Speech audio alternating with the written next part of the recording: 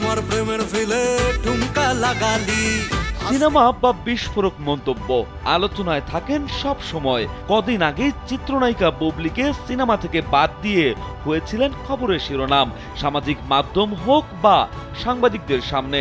Cinema ও সিনেমার মানুষদের নিয়ে কথা বলতে ছাড়েন না দেশীয় চলচ্চিত্রের আলোচিত প্রযোজক পরিচালক এমডি ইকবাল।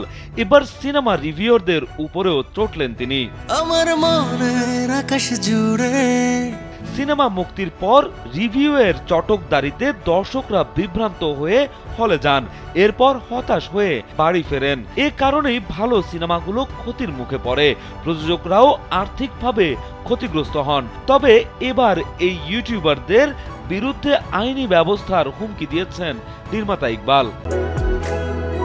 বাংলাদেশের একমাত্র মাল্টিন্যাশনাল টাইলস ব্র্যান্ড আরএকে সিরামিক্স।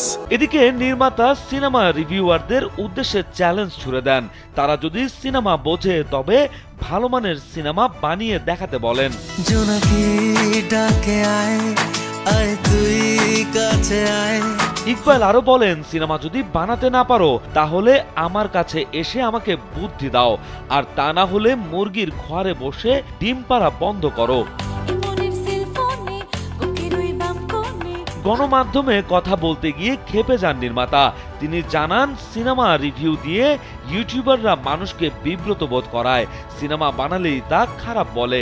এ ধরনের পরিবারের কেউই সিনেমার সঙ্গে জড়িত নন বা এরা সিনেমা বোঝেও না, তবুও তারা সিনেমা নিয়ে কথা বলে। এই ইউনিফর্মটা আমাকে দেওয়া হয়েছে দেশের সেবা করার জন্য।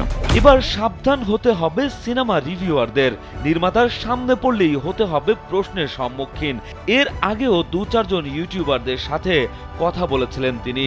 টাকা নিয়ে যারা খারাপ সিনেমাকে ভালো সিনেমা হিসেবে উপস্থাপন করে সে ধরনের রিভিউয়ারদেরকে একে একে ধরবে বলেও জানান এই নির্মাতা।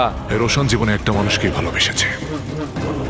নির্মাতা মনে করেন একসময় সিনেমা পাইরেসি হতো, তবে সে সমস্যা ঠিক হয়ে গেলেও এই রিভিউয়াররা এসে সিনেমা ইন্ডাস্ট্রি ধ্বংস করে দিচ্ছে।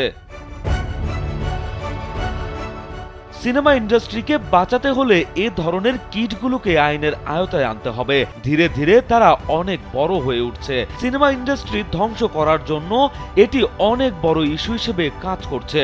তাই ইন্ডাস্ট্রির স্বার্থে তাদের বিরুদ্ধে খুব শিগগিরই আইন অনুযায়ী ব্যবস্থা নিতে চলেছেন প্রযোজক পরিচালকরা। রাজু আহমেদ, কালবেলা।